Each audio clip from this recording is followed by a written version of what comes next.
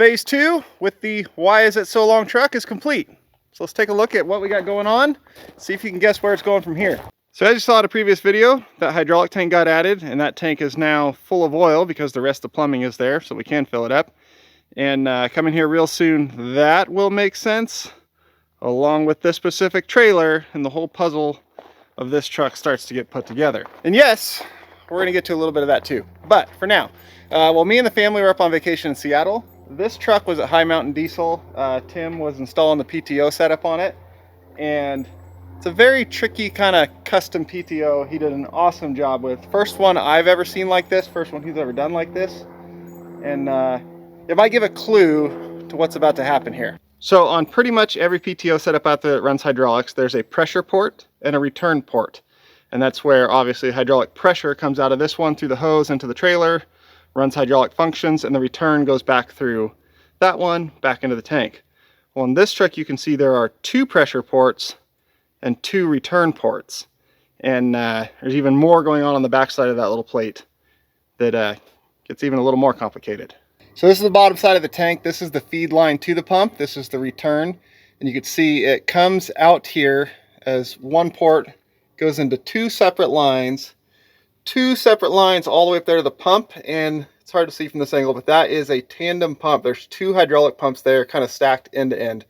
So one line feeds the front pump, one line feeds the back pump, and there's 2 completely separate outputs over here, making this 2 completely separate hydraulic systems that are run off this truck, all off of 1 tank and 1 PTO, but as far as the hydraulic flow, completely independent.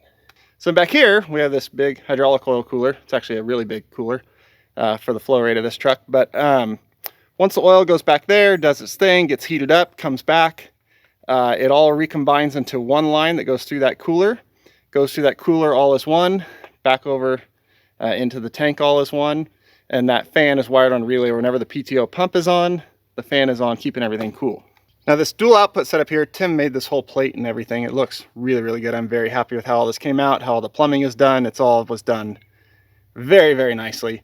Especially for such a weird setup that gets even weirder here. Like I said, pressure return. There's going to be some quick couplers go onto these, so you can pop the lines on and off regularly. But obviously I'm doing something very custom back here that needs 2 pressures and 2 returns. But your average semi-trailer, like a Landau sliding axle, belt trailer, walking floor, whatever, hydraulic low bed, only needs 1. Now both of these pumps are 12 gallon per minute pumps at 800 RPM, 700 RPM, which is what is spec'd for what I need to do back here with this thing. Most semi-trailers that only obviously have 1 pressure and 1 return are in the 20 to 25 gallon a minute flow rating. So if I have 2 12 gallon per minute outputs, and I need to run a trailer that calls for 22, 23, 24 gallons per minute output, what we have back here is a diverter valve that takes the second output and combines it over into the first output, making this output now a 24 gallon a minute output. And this return is sized for a 24 gallon a minute return. Comes back over, obviously that one is bigger than this one because this one will only ever be 12 gallons a minute. This one will be 24. And then when you need to run the 2 independent systems, you flip this diverter valve back and you have 2 completely separate systems. And then also back here on both sides off of both pressure lines, in case you screw up that whole valve and what connection, thing like that, there's pressure relief valves back here on each feed line that both have a direct return back to tank down there, so that if you screw that up and kick the PTO on, you're not gonna blow the shaft in the pumps or anything like that. So there's safeties built into this as well, which added a whole bunch more plumbing back there since there's 2 systems. So very unique setup, and technically for what I'm doing with this truck, I don't need that independent and combined setup, all that. I could actually get away with either just the independent setup, the 2 independent ones, or a single standard PTO like pretty much any other truck has on it. That would work just fine, but because I like to make everything difficult, I came up with this setup here, and Tim made it happen, and now I'll have the best of both worlds. Okay, then back here, I also I got rid of the pogo stick because I don't need that, and it'll be more in the way than anything. And then I swapped from the cheap plasticky curly lines right there to the actual rubber nice guarded bundle lines, because that can go back to the trailer and it doesn't need the pogo stick, and then the pogo stick's not in my way anymore. Now the other thing I did back here that I'm showing you from the other side of the truck, because that switches up the scene and helps with audience engagement, is I trimmed the deck plate back a ways. It used to come up to here, and I trimmed that much of it off, and then from here forward was the that flat deck drum of the headboard and the headboard going up to here. But all of that had to go away because there's going to be some big ass brackets bolted onto the frame somewhere in this area right here that's going to hold a whole bunch of stuff up in here that this will come into play with. And I'm not quite sure how this is all going to lay out 100% just yet, so everything is out of the way for now. We might be able to put a headboard back in here once this is all in, but I need this in, and those lines ran, and then the other lines to go back there and everything, to see exactly what I can get away with putting right here. If a headboard will even work. I think it will, but I need to wait. And actually I kind of like that because it opened up my air dryer. All my lines over there are easy to get to now. Carrier bearing, stuff like that. I really am not a fan of a deck plate covering everything up on trucks. I prefer my frame rails like that, wide open all the way through, because I don't like to polish and shine up trucks. I never do that. But I do like to rinse them off and hose them off all the time, especially in the winter, just to get all the dirt and grime out of stuff.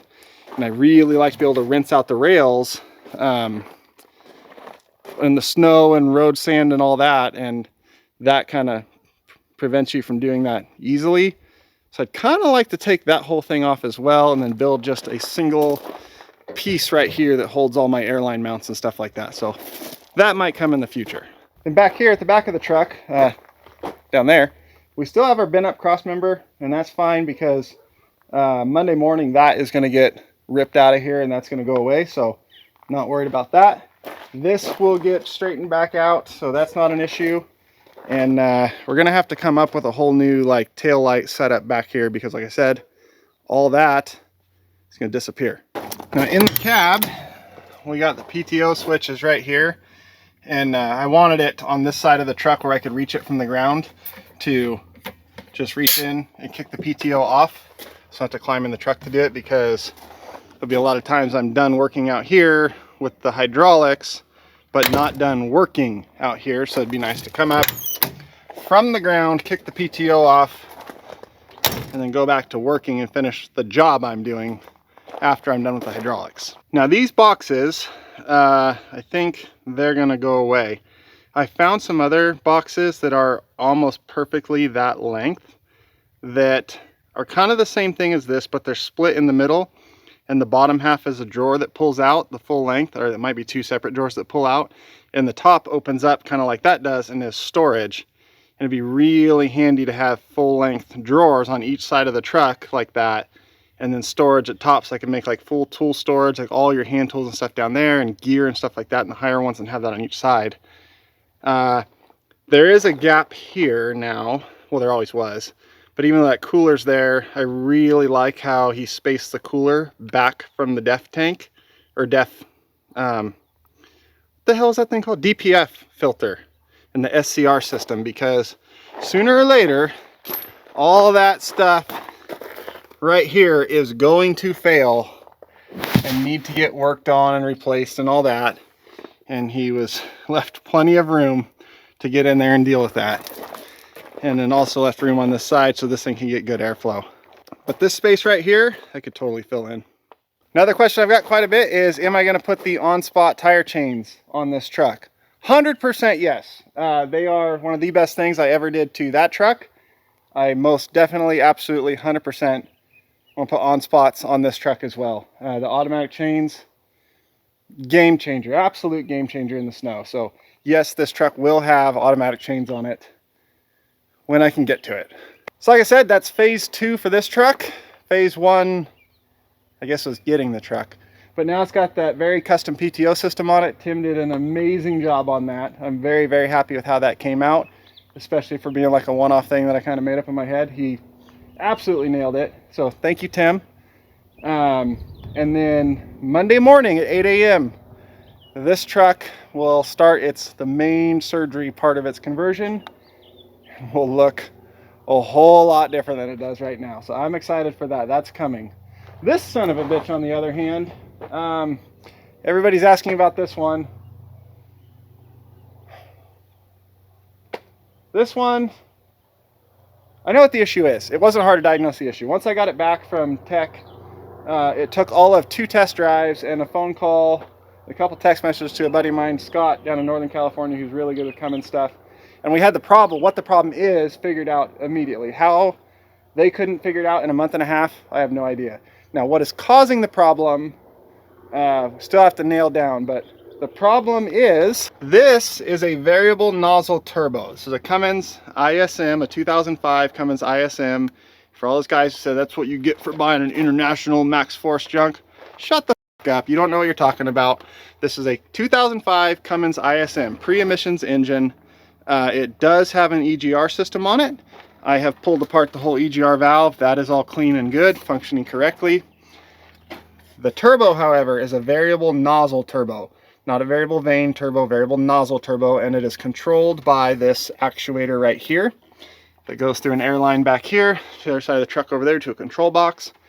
For some reason, this is the open position right now. When you start the truck and it builds up, that switches to the closed position, and that allows the turbo to spool up really fast at low RPM. And as you build RPM and horsepower, this is supposed to open back up to be a high flow turbo instead of a high pressure turbo. It's not doing that. For some reason, about like right in the meat of the power, this like sets back down a ways. And then essentially what's that's doing is choking off airflow out of the engine. It's the same thing as like hitting the exhaust brake on my pickup over there. So that's the issue it's having. What's causing that, I'm not 100% sure yet. And the reason I'm not 100% sure yet is because I have not had time to touch this truck in quite a while. I've been so busy, one, getting this one ready to go, as well as working it, as well as like actually like towing, you know, like the job. And I haven't had time to mess with this truck. So I have replaced the control box over there that runs that system. Supposedly the dealer that this truck was at tore the turbo apart and had it inspected, and everything inside is working fine. With this actuator off, it does open and close just fine. So I don't know if it's the ECM that is not telling it what to do correctly, or some other parameter is off, and that's why this is not working correctly. But all of the mechanical functions of it are good. This hose was completely worn out, so I replaced it with one that's too long, so it has a loop in it now, and that's just fine. Everything else checked out completely good. Now that we know what the problem is, it probably wouldn't take that long to figure it out if I actually had time to mess with it. Now, the real bummer about this truck, and yes, this is another scene change for the same audience engagement thing I mentioned earlier. The real bummer about the whole situation with this truck is that before that happened, this truck was sold. This truck had a buyer ready to come and hand me the money for it and it go off to its new home, because now this one is here that's going to be a much better fit for me. So this truck was sold, ready to go, and then it lost an injector, and okay, take it in, get the injector changed, let the buyer know, no big deal, injectors fail. Then it disappeared for a month and a half. Well, the dealer, I don't know actually what they did. They made up a whole bunch of stuff. They said they did things they didn't. They said they didn't do things that they did. A month and a half later, absolutely no answers. So I finally went and just took it back. But in the meantime of all that, the buyer for this one backed out and went and bought another truck, because obviously he needed a truck, so he found one. So that's a bummer, is I had this truck sold and then that got pulled out from under me because of incompetence. So it might get sold again. I don't know. It might stay around. I don't know at this point. I do need to carve out some time here in the near future to get back on this project and get it back to running again. Mechanically, the motor is completely fine. There's nothing wrong with it mechanically. It's something in the control system for that turbo. Whether it's electrical or a sensor somewhere, something. But that's where this truck is at. You now have a better idea where this truck is heading, and very, very soon, like next week, shenanigans.